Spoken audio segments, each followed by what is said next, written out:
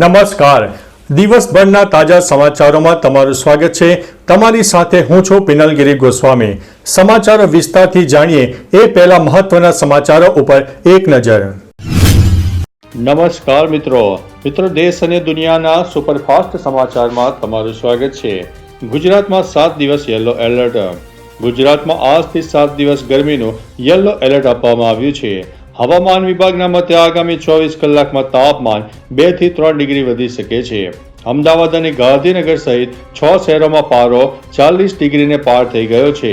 ખાસ કરીને 26 એપ્રિલે મતદાનના દિવસે તાપમાન 40 થી 43 ડિગ્રી રહેવાની શક્યતા છે.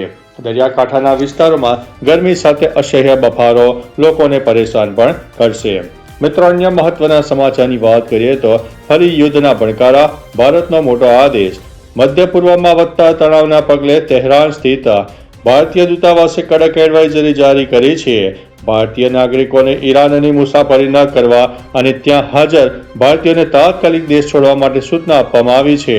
ટ્રમ્પે હોર્મુઝ સ્ટ્રેટમાં ઈરાની બોટ નષ્ટ કરવાના આદેશ આપતા હવે સ્થિતિ વણસી ગઈ છે.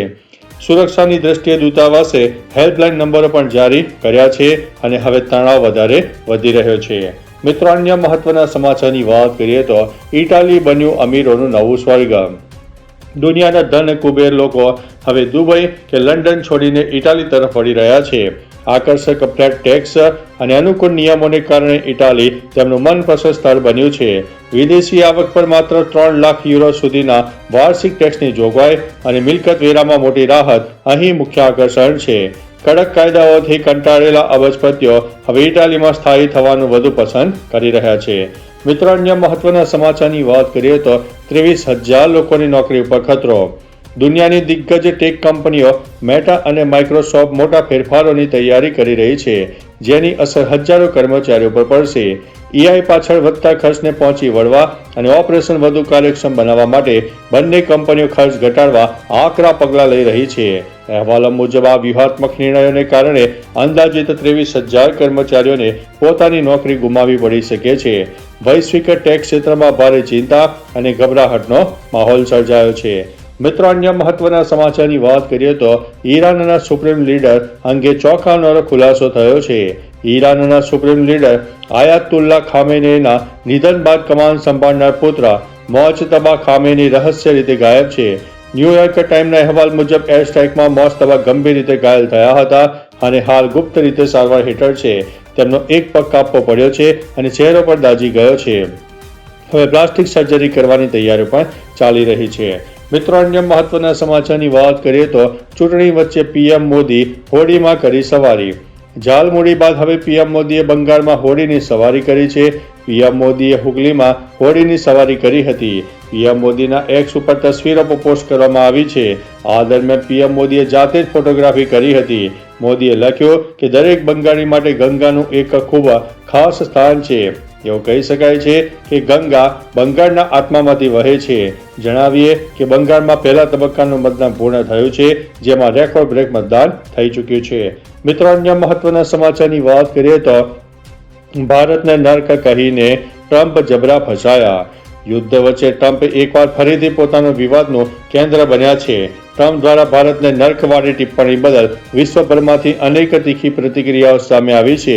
ત્યારે મુંબઈ સ્થિત ઈરાની કોન્સ્યુલેટે ટ્રમ્પને આઈનો બતાવતા ભારતની સુંદરતાને નિહાળવાની સલાહ આપી છે. વધુમાં ઈરાની કોન્સ્યુલેટે તેના એક્સ ઉપર એક વિડીયો શેર કર્યો છે. તેના કેપ્શનમાં લખ્યું છે કે ક્યારેક ભારત આવીને જુઓ અને પછી બોલો. મિત્રો, અન્ય મહત્વના સમાચારની વાત કરીએ તો અમદાવાદમાં મુખ્યમંત્રીનો ભવ્ય રોડ શો યોજાઈ ગયો. અમદાવાદમાં ચૂંટણી પ્રચારના અંતિમ દિવસે મુખ્યમંત્રી ભૂપેન્દ્રભાઈ પટેલે બાપુનગર અને ઇન્ડિયા કોલોની વોર્ડમાં ભવ્ય રોડ શો યોજ્યો. શ્યામ શિખર 4 રસ્તા ખાતે સરદાર પટેલની પ્રતિમાને પુષ્પાંજલિ અર્પી તેમને પ્રચારના શ્રી ગણેશ કર્યા. પાટીદારોના પ્રભુત્વવાળા વિસ્તારોમાં યોજાયેલી આ રેલીમાં પ્રદેશ પ્રમુખ જગદીશ વિશ્વકર્મા પણ જોડાયા હતા. ભાજપે શક્તિ પ્રદર્શન કર્યું અને વાતાવરણ કેસરીમય બનાવ્યું હતું. મિત્રો, અન્ય મહત્વના સમાચારની વાત કરીએ તો નીતિન ગડકરીને જાનથી મારી નાખવાની ધમકી. સોશિયલ મીડિયા પર એક વિડીયો પોસ્ટ કરીને કેન્દ્રીય મંત્રી નીતિન ગડકરી અને તેમના પરિવારને જાનથી મારી નાખવાની ધમકી આપવામાં આવી છે.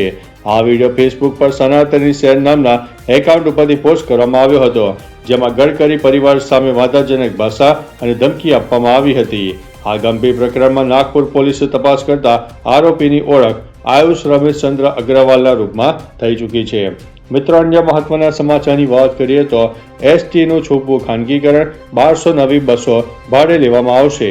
ગુજરાત એસટી નિગમ હવે નવી બસો ખરીદવાને બદલે 1200 જેટલી ખાનગી બસો કંપનીઓ પાસેથી ભાડે લેવાની તૈયારીમાં છે. હાલ 250 બસોના ભાડા પેટે માસિક 13 કરોડ રૂપિયા ચૂકવવામાં આવે છે. 2.5 વર્ષના ભાડામાં જ નવી 250 બસો ખરીદી શકાય તેમ છે. છતાં પીપીપી મોડલના નામે વર્ષો સુધી કરોડો રૂપિયાની ખાનગી સંસ્થાઓને પધરાવી દઈને પરિવહન સેવાનું ખાનગીકરણ કરવામાં આવી રહ્યું છે. મિત્રો, અન્ય મહત્વના સમાચારની વાત કરીએ તો લાયસન્સ માટે મરાઠી બોલવું ફરજિયાત. મહારાષ્ટ્રના પરિવહન મંત્રીએ ભાષાને લઈને એક મોટી જાહેરાત કરી છે, જેમાં તેમણે કહ્યું છે કે 1 મેથી તમામ લાયસન્સ ધરાવતા ડ્રાઈવરો માટે મરાઠી ભાષાનું જ્ઞાન હોવું જરૂરી છે. આ નિયમ હેઠળ જો ડ્રાઈવર મરાઠી વાંચી કે લખી શકે નહીં તો તેનું લાયસન્સ રદ થઈ શકે છે. જો કે આ જાહેરાતે રાજ્યમાં રાજકીય ગરમાવો લાવી દીધો છે. જો કે આ નિર્ણયના વિરોધમાં અનેક ટ્રેડ યુનિયનોએ 4 મેથી રાજ્યવ્યાપી આંદોલન કરવાની ધમકી આપી છે.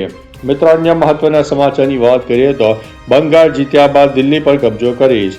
બંગાળના સીએમ મમતા બેનર્જીએ બીજેપી પર તીખા પ્રહારો કર્યા છે. તેમણે કહ્યું છે કે મારો જન્મ બંગાળમાં થયો છે અને બંગાળમાં જ મરીશ. તેમણે કહ્યું છે કે બંગાળ જીત્યા બાદ હું દિલ્હી પર કબજો કરીશ.